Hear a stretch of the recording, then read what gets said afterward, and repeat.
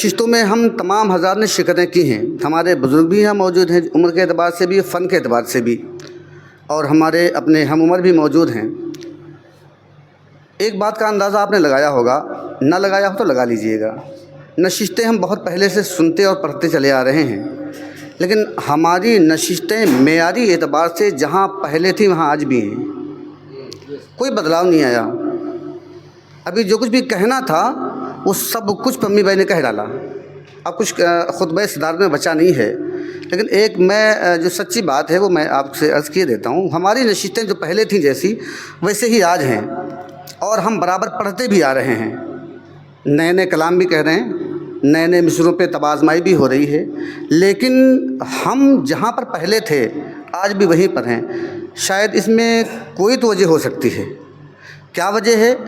یہ میں احساس کروں، یہ آپ احساس کریں، یہ آپ احساس کریں، یہ آپ احساس کریں، ہے نا. کہ آخر ہم پڑھنے کے باوجود اور شعر کہنے کے باوجود اور صلاحیت رکھنے کے باوجود ہم اپنے نشستوں کے معیار کو بلند کیوں نہیں کر پا رہے ہیں؟ نشستوں کا معیار یہ انتظامات سے بلند نہیں ہوتا، بلکہ اچھے اور معیاری اشعار سے بلند ہوتا ہے. صاحبان فن جہاں موجود ہوتے ہیں نا، وہاں جو اچھے اچھے شعر کہے جاتے ہیں. ابھی جیسے کہ آپ نے کہا تھا کہ گویا کیا کہا تھا بھائی، اس کو کچھ کہا تھا ہندی زبان میں میری زبان میں سننے کی درسگاہ ہوتی ہے، گویا ورکشاپ، گویا یوں کہہ لیں میری زبان میں اور تمام آپ اہل ادب کی زبان میں، کہ یہ ایک درسگاہ ہوتی ہے. جس طریقے سے ہم اپنے بچوں کو ایک سبق دیتے ہیں، اسی طریقے سے ایک مصرع دیا جاتا ہے. اس پر جو ذہین اور کیا کہتے ہیں اعلیٰ تعلیم کے بچے ہیں جو آگے نکل چکے ہوتے ہیں، وہ اپنی ذہنیت اور قابلیت کے اعتبار سے سبق اچھا سناتے ہیں. مگر جو مبتدی حضرات ہوتے ہیں، جو ابتدائی تعلیم کے بچے ہوتے ہیں، وہ سبق کو صحیح سے سنا نہیں پاتے، خامیاں ہوتی ہیں. ان کی بھی حوصلہ افزائی کی جاتی ہے. لیکن ہاں، اگر ہم کبھی یہ سمجھ لیتے ہیں کہ ہم نے جیسا بھی سبق سنا دیا استاذ کو، جیسی بھی ہماری درسگاہ میں حاضری ہو گئی، غلط ہے، غلطیاں ہوئی ہیں، پھر بھی ہم بڑا اچھا ہم نے سبق سنایا، اگر اس خوش فہمی میں ہم مبتلا ہو گئے تو آپ سمجھیے ہم وہیں پر رہ گئے جہاں پہ ہمیں رہنا تھا. پھر آگے ہم بڑھ نہیں پاتے. اور یہ وہ چیز ہے جو ہماری ترقی کے لیے ہمارے راستے کو مسدود کر دیتی ہے. یہ وجہ ہے کہ آج ہماری نشستیں جہاں پہلے تھیں آج بھی وہیں پر ہیں.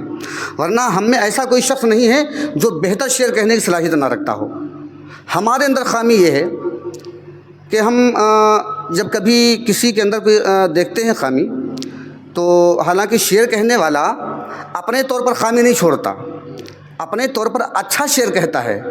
مگر جو بزرگ حضرات ہوتے ہیں، جو جنہیں اساتذہ کے فہرست میں ہم رکھتے ہیں، وہ حضرات یا کہ اصلاح نہیں کرتے، یا کہ پھر اگر اصلاح کی وہ خواہش رکھتے بھی ہیں، اصلاح کا جذبہ رکھتے بھی ہیں، تو ہم اصلاح قبول کرنے کی اپنے اندر صلاحیت نہیں رکھتے. ابھی میں نے ایک بات کہی تھی نا کہ اگر آج ہم سے کہا جائے تو ہم اسے اپنی توہین اور کثرت شان سمجھ لیتے ہیں. یہی وجہ ہے کہ آج ہمارے شعر کہنے میں جو غلطیاں پہلے ہوتی تھیں آج بھی وہی ہو رہی ہیں. بالکل سچی بات، پہلے بھی جو ہوتی تھی. ابھی میں آج کی بات بتا رہا ہوں. آج سارے حضرات ہمارے اپنے ہیں، میری بات کا کوئی برا نہ مانے، سارے حضرات اپنے ہیں. جو حضرات علم عروض سے تعلق رکھتے ہیں، ان حضرات نے محسوس کیا ہوگا. شاید ہی کوئی ایسا ہوگا جس کا پورا مکمل کلام کھرا اترا ہوگا، کوئی ایسا ہوگا شاید. ورنہ سب کیا کہتے ہیں ہمارے جیسے اپنے. تو مطلب کہنے کا یہ ہے کہ آخر یہ کیا وجہ ہے؟ وجہ یہ ہے کہ ہم نے کچھ سیکھنا نہیں چاہا، یا کہ اگر کسی نے ہمیں بتانے کی کوشش بھی کی تو گویا ہم نے اپنی توہین سمجھ لی، اور ہماری اس سوچ نے ہمیں آگے بڑھنے نہیں دیا. تو لہذا ہمیں تمام کیا کہتے ہیں اہل ادب کو یہ چاہیے کہ ہم یہ نہ دیکھیں کہ پمی کے یہاں ہے، یا ماسٹر نفیس کے یہاں ہے، یا ماسٹر اقبال اکرم صاحب کے یہاں، یا فلاں کے یہاں. نہیں، ہمیں یہ نہیں دیکھنا، بلکہ یہ دیکھنا کہ ادب کو فروغ دینے کے لیے یہ نشست کا انعقاد کیا گیا ہے، اور ہم سے جس حد تک ممکن ہو ہم اس کو فروغ دینے میں کوشاں رہیں، اور اپنے سے جو بڑے حضرات ہیں ان سے مشورہ ضرور کرتے رہیں. کبھی بھی کوئی شخص اگر ہمیں کچھ بتاتا ہے، صاحب یہ ایسے نہیں، ایسے کر لینا چاہیے، سر لفظوں کی نشست و برخاست جو ہے نا، یہ بڑی اہمیت رکھتی ہے شعر کے حسن کو بڑھانے میں. اگر کسی نے کہا صاحب شہباز یہ ایسا نہیں ایسے کر لینا چاہیے تھا، صاحب بہت بڑا شاعر ہو گیا صاحب، ہمارے اندر یہ ایسی خامی نکال رہی نہیں بھائی، ہمیں یہ سوچنا چاہیے ہمارا اپنا ہے، اس نے کوئی بتایا تو ہے اور ہمیں اس پر غور کرنا چاہیے۔ تو لہذا یہ چیزیں وہ ہیں، یہ وجوہات ہیں جو ہماری نشستوں کو آج جہاں 2-3-4 سال سے میں جو دیکھ رہا ہوں جہاں پر تھیں آج بھی وہی ہیں۔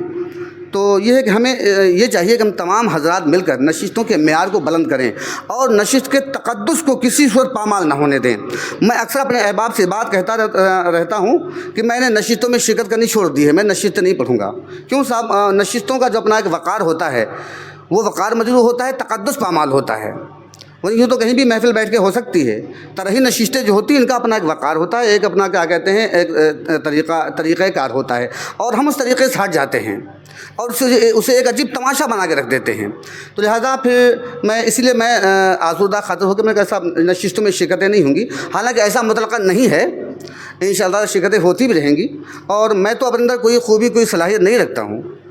اللہ کا شکر ہے کہ یہ ہماری اور آپ کی اپنی کھیری شریف جو ہے سرزمین ہے نا، اس نے اپنے اندر بڑے اچھے سے لال و گوہر سمائے ہوئے ہیں اور بڑے اچھے سے قابل حضرات موجود ہیں۔ میں امید کرتا ہوں کہ میری بات کسی کو لگی نہیں ہوگی۔